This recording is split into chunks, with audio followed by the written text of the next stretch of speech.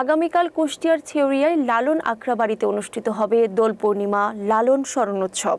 প্রতি বছর এই উৎসব ৩ দিন ব্যাপী হলেও এবার পবিত্র রমজানের কারণে ১৩ই মার্চ একদিনের সীমিত পরিসরে আয়োজন করা হয়েছে। এবছর গ্রামীণ মেলা থাকছে না।